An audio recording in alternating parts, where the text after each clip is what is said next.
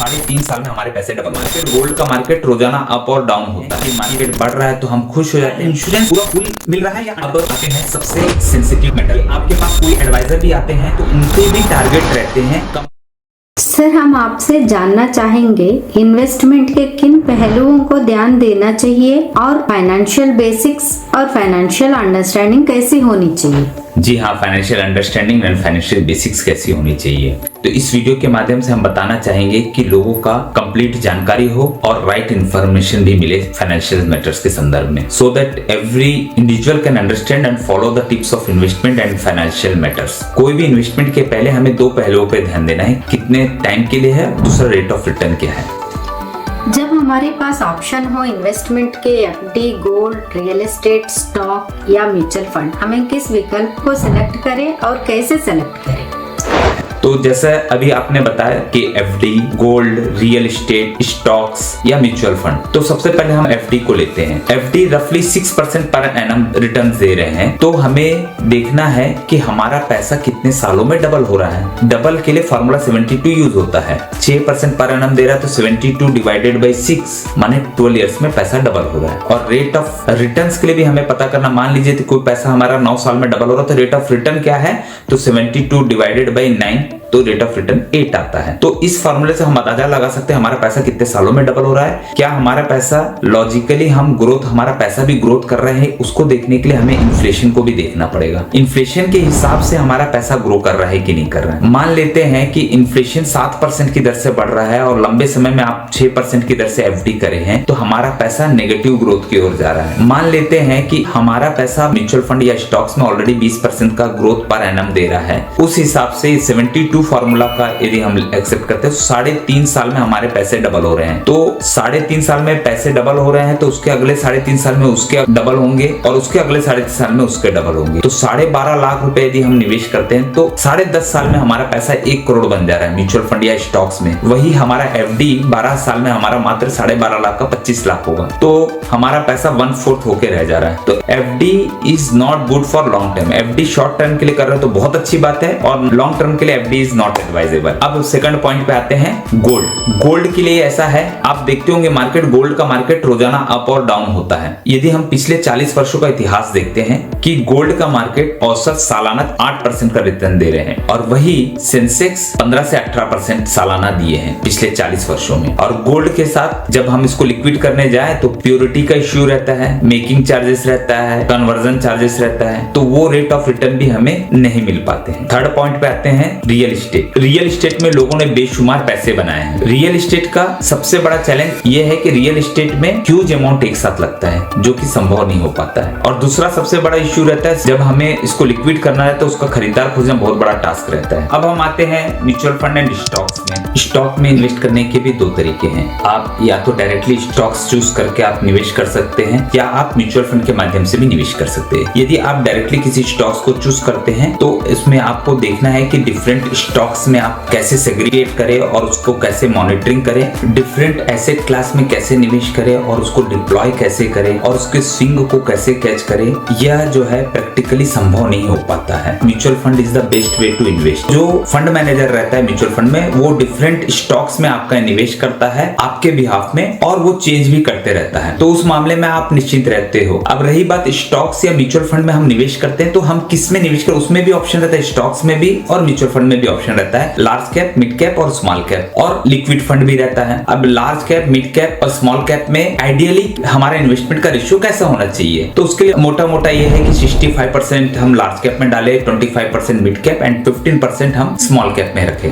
Ideal condition में। लेकिन लोगों का रिस्क एपिटाइट के हिसाब से डिफरेंट भी हो सकता है। और दूसरा ये है कि आपको 5 से 6% का रिटर्न लिक्विड फंड में भी म्यूचुअल फंड वाले रखें कि यदि मान लीजिए कोई पार्किंग फंड या कोई शॉर्ट टर्म के लिए आपको रखना चाहते हो, लिक्विड फंड में भी सेविंग अकाउंट के बदले में रख सकते हैं। तो उस हिसाब से mutual fund the best way to invest. अब आते हैं सबसे सेंसिटिव मैटर और इंटरेस्टिंग भी है, वो है इंट्राडे। तो इंट्राडे में एवरीथिंग इज गुड बट आपको देखना है कि आपके लिए इन्वेस्टमेंट कौन सा बेटर है। इंट्राडे का जो रिकॉर्ड है, मतलब आंकड़े ये बताते हैं कि 99% जो है इसमें घाटा खाए, ओनली 1% सक्सेस है। उसका रीजन ये है कि उसकी स्किल को सीखना और उसके स्किल को सीखने के साथ साथ ग्रेविटी फ्री जोन चाहिए जो कि हम फुल टाइम उसको देना है, तो जो कि पॉसिबल नहीं हो पाता है। और रही बात जब रैली निकलती है, every Dick Tom and Harry जो है अर्न कर लेते हैं। अभी जैसे कोविड के बाद जो रैली आई है उसमें सब लोग अर्न कर लेते हैं, लेकिन लोग ये सोचते हैं कि मैंने स्टॉक में इन्वेस्ट किया, मैंने कमाया है, या हमने कमाया, हमने डाला और उसमें हमने कमा लिया। उसमें उपलब्धि रैली में तो कोई भी फंड काम कर जाता है, लेकिन सबसे बड़ा चैलेंज ये रहता है कि मार्केट अप और डाउन या वॉलेटाइल है, उसमें जो अर्न करने के लिए आपको स्किल को सीखना जरूरी रहता है। अगर आप फुल टाइम ट्रेडिंग में आना चाहते हैं, इसकी स्किल को सीखने के लिए भी आपको समय चाहिए। और दूसरा ये है कि आपको ग्रेविटी फ्री जोन भी चाहिए। कभी कभी हमारा निवेश एक्चुअल फैक्ट्स पर आधारित नहीं होता है, हमारा निवेश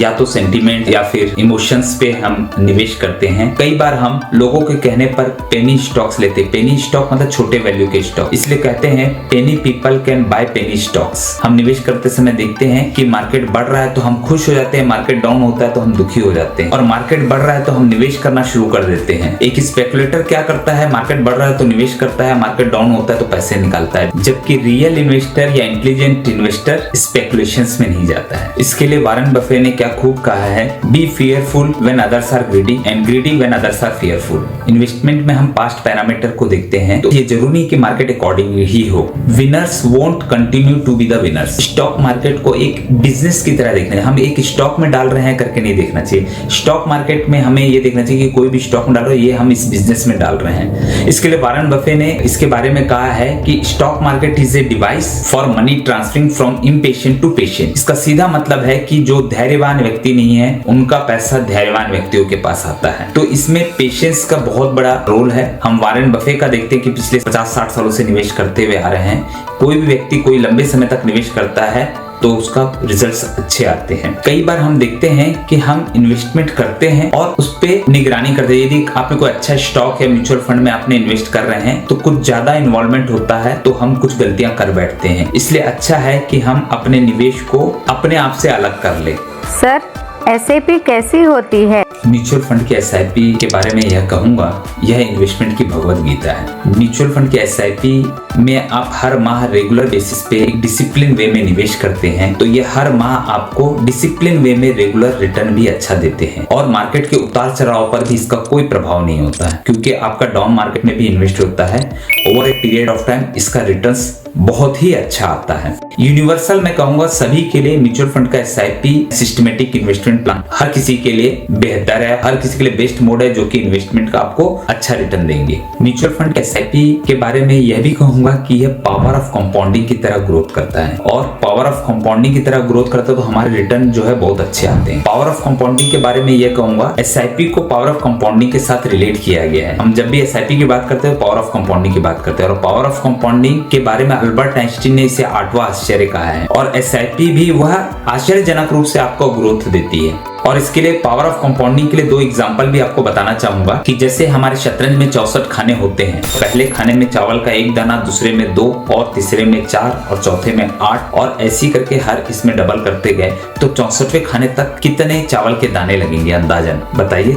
लाखों में। लाखों में नहीं, जैसे 1 करोड़ में 7 शून्य लगते हैं, 18 जीरो लगते हैं, जिसे हम कैलकुलेट भी नहीं कर पाते हैं। ये है पावर ऑफ कंपाउंडिंग का मैजिक। अब वही SIP के साथ भी वर्क करता है कि आप डिसिप्लिन में रेगुलर हर माह छोटा छोटा निवेश करते हो, वो बहुत बड़े हो जाते हैं। दूसरा एग्जांपल इस तरीके से दूंगा कि जैसे पूरी दुनिया का चक्कर लगाना चाहते हैं और वर्ल्ड का इक्वेटोरियल सरकमफ्रेंस अराउंड 40,075 किलोमीटर है, और हम पहले दिन 100 मीटर चले और दूसरे दिन 200 और तीसरे दिन 400 और चौथे दिन 800। इस तरीके से हम पूरी दुनिया का कितने दिनों में चक्कर लगा लेंगे? कुछ आइडिया है आपको इस बारे में कितने दिनों में चक्कर लगा लेंगे?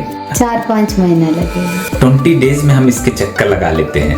मात्र 20 डेज में हम पावर ऑफ कंपाउंडिंग की मैजिक से हम इसको 20 डेज में चक्कर लगा लेते हैं पूरे वर्ल्ड का। और हम सोचते हैं, कई बार हमें मन में ख्याल आता है कि हम 10 दिन में आधा दुनिया तो तय कर लेंगे, लेकिन 10वें दिन आप 50 किलोमीटर की दूरी तय कर रहे होते हैं, और पूरे पहले दिन से लेकर 10वें दिन तक टोटल 105 किलोमीटर ही चले होते हैं। तो एक्चुअल में हम 11वें से 20वें दिन में एक्चुअल दूरी तय कर रहे होते हैं दुनिया का, क्योंकि कुछ समय बाद वो पावर ऑफ कंपाउंडिंग आने लगता है। उसी तरह हमारा निवेश भी कुछ समय के बाद हमें समझ में आता है कि पावर ऑफ कंपाउंडिंग का ग्रोथ आ रहा है। जैसे SIP में आप 10,000 रुपए प्रति माह निवेश करते हो, तो यदि हम 15% का ग्रोथ भी लेते हैं तो 17वें साल में आपका 1 करोड़ रुपए का वैल्यू हो जाता है 10,000 रुपए के मंथली SIP से। बहुत अच्छा रिटर्न आता है। आपको लगेगा ये तो बहुत अच्छा रिटर्न है, लेकिन आप उसे कंटिन्यू करते हो और और 4 साल 21 साल तक कंटिन्यू करते हैं और उसमें स्टे इन्वेस्टेड रहते हैं तो 21वें साल में ये 2 करोड़ हो जाता है। तो ये है पावर ऑफ कंपाउंडिंग का मैजिक। आपको 1 करोड़ बनने में 17 साल लगे और अगला 1 करोड़ बनने में मात्र 4 साल लगे। ये है पावर ऑफ कंपाउंडिंग। इसलिए कहा जाता है SIP ऐसा माध्यम है कि आपको इधर उधर देखने की जरूरत नहीं, आप पैसे को काम पे लगा दिए और पैसा भी आपका बढ़ते जा रहा है। इसलिए हमारे इन्वेस्टमेंट को भी कंपाउंडिंग के लिए समय देना चाहिए। लंबे समय म्यूचुअल फंड के लमसम या SIP का भी आनंद ले सकेंगे पावर ऑफ कंपाउंडिंग की तरह। सर, वीडियो एंड करने से पहले आपसे लास्ट एक क्वेश्चन पूछना चाहूंगी। लाइफ इंश्योरेंस के बारे में आपका क्या व्यू है? Life insurance very good thing कि लाइफ इंश्योरेंस हर व्यक्ति का होना चाहिए, लेकिन हमें कैसा लाइफ इंश्योरेंस चाहिए। नॉर्मली बहुत सारी गलतियां कर बैठते हैं और हमें पता भी नहीं होता, जाने अनजाने में कोई एडवाइजर या इंश्योरेंस कंपनी से भी आते तो हमें पता नहीं चलता कि हमें कौन सा इंश्योरेंस लेना चाहिए, क्योंकि लाइफ इंश्योरेंस में डिफरेंट काइंड ऑफ प्रोडक्ट है। Endowment plan, money back plan, children's plan, term plan और अलग अलग टाइप के प्लान है, यूलिप प्लान। हमें इंश्योरेंस कैसा लेना है ये हम गलतियां कर देते हैं कि हम निवेश और इंश्योरेंस को साथ में ले लेते हैं। हमें इंडोमेंट प्लान के हिसाब से बताते हैं कि भैया आपको इतने साल पर्टिकुलर हर साल इतना जमा करना है और 20 ईयर्स के बाद आपको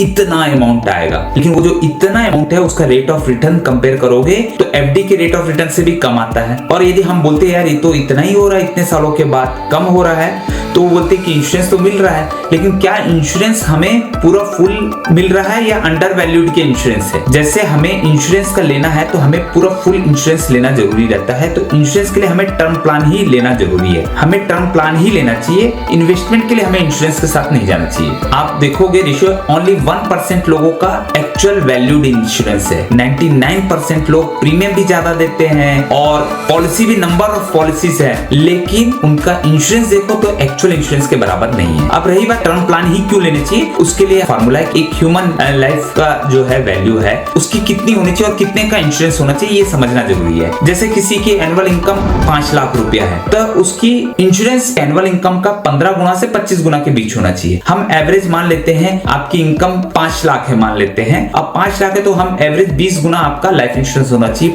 1 करोड़ का इंश्योरेंस होना चाहिए। मतलब 5 लाख का इंश्योरेंस है, 5 into 20 = 1 करोड़ का इंश्योरेंस होना चाहिए। क्यों? वेल्थ ऑफ द नेशन में एडम स्मिथ ने कहा है, जो अर्थशास्त्र के जनक कहे जाते हैं, वो उन्होंने कहा है कि जैसे हमारे घर के 4 स्तंभ होते हैं, हमारे फाइनेंस के भी 4 पिलर होते हैं। पहला हमारा रेगुलर इनकम, हम जो अर्न कर रहे हैं, दूसरा हमारा सेविंग, तीसरा एक्सपेंसेस और चौथा है कंटिन्यूएशन ऑफ इनकम। जो चौथे पिलर को हम अभी साइड रखते हैं, 3 पिलर को रखते हैं। अभी 3 पिलर में पहला पिलर हमारा चले गया, कंटिन्यूएशन ऑफ इनकम तो हमको बनाना पड़ता है, चौथा पिलर को हमको बनाना पड़ता है। तो अब ये 3 अभी एग्जिस्टिंग में है, तो पहला वाला जो है आपका रेगुलर इनकम है और रेगुलर इनकम उसी में से हम सेविंग करते हैं और एक्सपेंस करते हैं। रेगुलर इनकम हमारा रुक गया तो सेविंग और एक्सपेंस उसी पैसे से करेंगे। क्या हमारा लास्ट में ये इनकम रुक जाएगा तो हम सेविंग से ही खर्च करेंगे, वो कितना दिन चलेगा। तो इसलिए हमारा इंश्योरेंस उतना होना चाहिए कि यदि हम रहे या ना रहे वो हमारा इनकम रेगुलर जो हमारा स्टेटस सिंबल बरकरार है और हमारे एक्सपेंसेस बरकरार रहे। और नॉर्मली हम गलतियां कर बैठते हैं